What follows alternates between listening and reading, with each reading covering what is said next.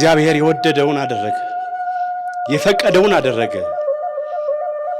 ወዘሰ ሞአ ኢይመውት ዳግመ ሞተ ይላል። በስጋ ቢሞቱ በነፍስ አይሞቱም። አንድ ጊዜ ቢሞቱ ሁለተኛ አይሞቱም። በስጋ ቢሞቱ ቢያንቀላፉ ቢቀበሩ በመቃብር ፈርሰው በስብሰው አይቀሩም። ብፁዓን እለሞቱ በእንተ እግዚአብሔር ድካማቸው ያርፉ ዘንድ ስራቸው ይከተላቸዋል። በሚኖረን ጥቂት ጊዜ እንደ እግዚአብሔር አምላክ ቅዱስ ፈቃድ የምንማርበት የትምህርታችን ርዕስ ይሆናል።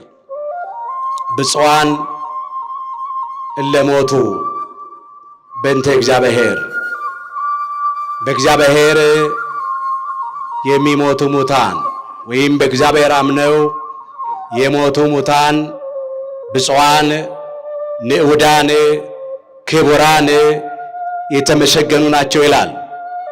በዚህ በራዕየ ዮሐንስ ምዕራፍ 14 ቁጥር 13 ላይ የተመዘገበ ኃይለ ቃል ነው።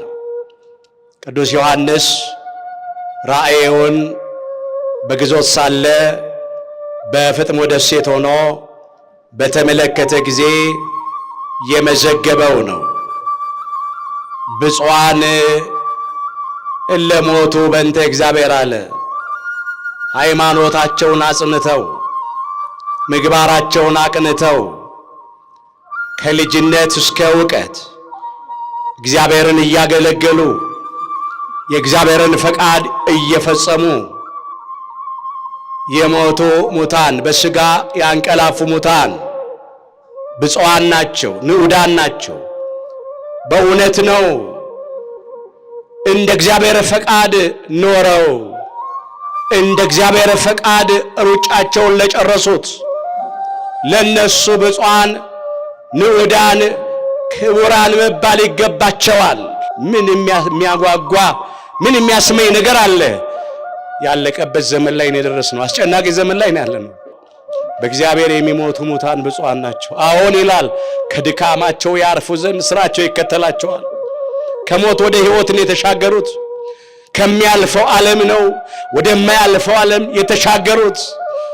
የበለጠ በሰማይ በግልጥ ደግሞ ምንም ሳይሰወርባቸው እግዚአብሔርን ከ24ቱ ካህናተ ሰማይ ጋራ ከሰማያውያን ከብርሃናውያን ከእሳታውያን ቅዱሳን መላእክት ጋራ ያመሰግኑታል።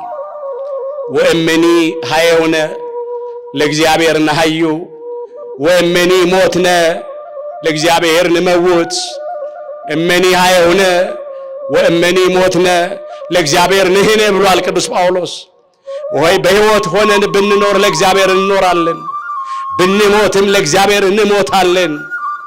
በሕይወት ሆነን ብንኖር ወይም ብንሞት የእግዚአብሔር ነን የሚለው እዚህ ሮሜ ምዕራፍ 14 ቁጥር 8 ላይ። አዎ በሕይወትም ሆነው በዚህ በአጸደ ሥጋ በምድር ላይ የሚያገለግሉት እግዚአብሔር ነው፣ የኖሩት ለእግዚአብሔር ነው። ደግሞ አሁን በሥጋም ቢያንቀላፉ ቢሞቱ ደግሞ በሰማይም ከእግዚአብሔር ጋር ነው የሚኖሩት። የቀረባቸው ነገር የለም።